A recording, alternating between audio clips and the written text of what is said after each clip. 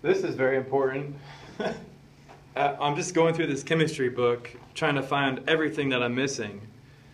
And I just keep running into basic things that, I need to go over. There are homogeneous reactions and heterogeneous reactions. A homogeneous chemical reaction is a reaction that has two, it just remains as a single phase, in other words. So you can have two different compounds, but as long as they're in the same phase, when they react and they remain the same phase as the byproducts, it's homogeneous, meaning nothing comes out of phase, it's just one single phase. So you could have a gas plus a gas equaling a gas, a crystalline plus a crystalline structure equaling another crystalline structure. Aqueous, I'm not too sure how that would happen.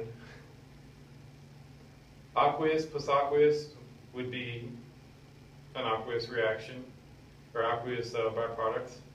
And then the special one that I didn't see inside the chemistry book, I mean, it's hinted at, is plasmatic material making plasmatic material.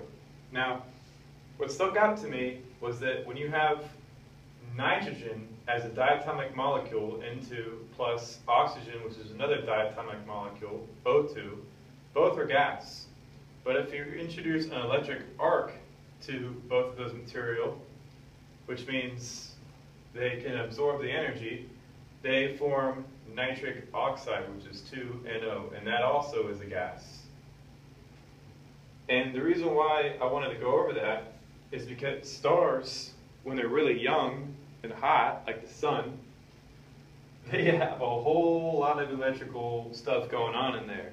A whole lot of electricity is going on up in young stars, which means a lot of the chemistry of young stars is plasmatic. Plasmatic to gaseous, gaseous to plasmatic, or plasmatic and plasmatic. Now, a heterogeneous reaction, simple example, this is a crystalline potassium perchlorate plus 2 carbon, is basically the reaction of, or the oxidation of carbon. They use this for helping some aircraft get off the ground as, rockets, like the, I think C-130 uses those kind of rockets to help it get off the ground.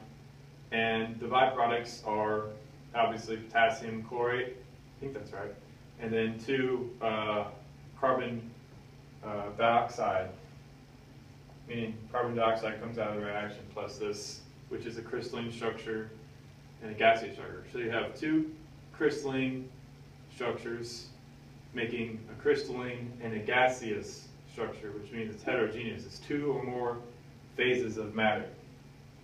Now, you can do a whole hell of a lot with that. You can have gaseous plus crystalline equaling gaseous plus crystalline, aqueous plus plasmatic equaling aqueous plus crystalline, and you can make a whole bunch of different kinds of chemical combinations with that in mind.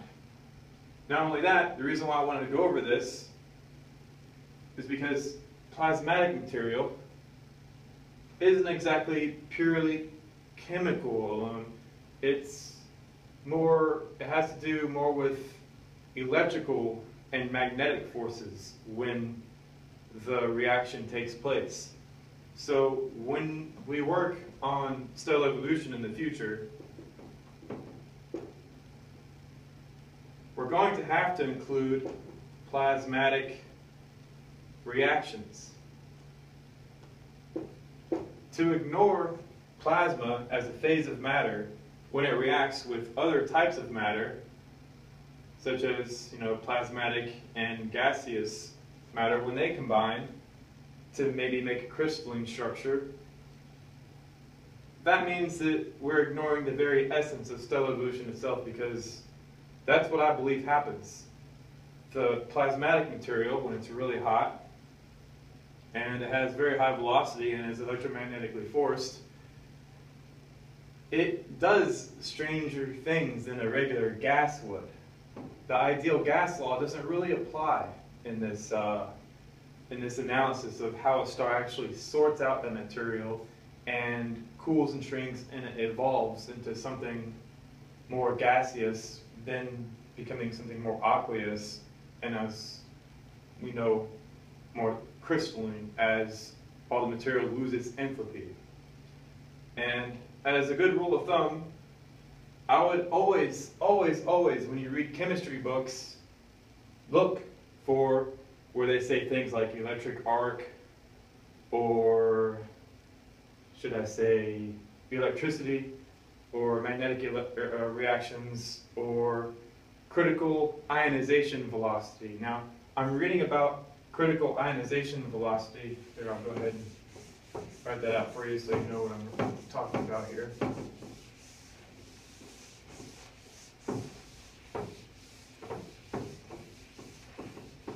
Now, I don't want to go over critical ionization velocity right now.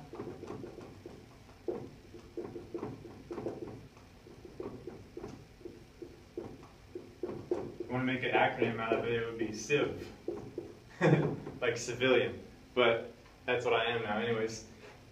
This is something very important that I realized, what was his name?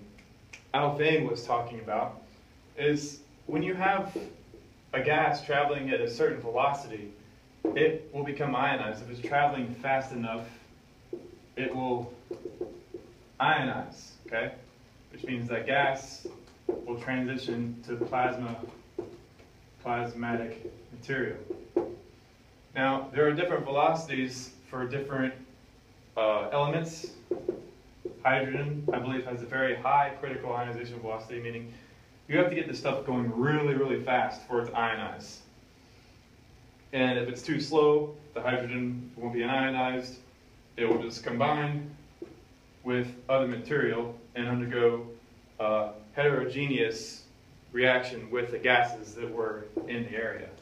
Meaning plasmatic hydrogen will combine with the gas that's in the vicinity, creating what are called molecules. And those molecules will then rain down on the interior of the star. But anyways, I just want you guys to look up this and study that as well. And keep in mind that chemical reactions in chemistry books do ignore plasmatic material for the most part. And it's not exactly a tragedy of study, because, you know, a lot of scientists, they were told that stars were powered nuclearly, so chemistry really didn't apply. It was nuclear chemistry that applied, but the truth is that stars are comprised of plasma, and a lot of the energy that they release is chemical in nature, as they evolve, that is. And a lot of the heat left over is chemically induced. All right, I guess that really sums this talk up. If anybody has any questions or comments, please post them below.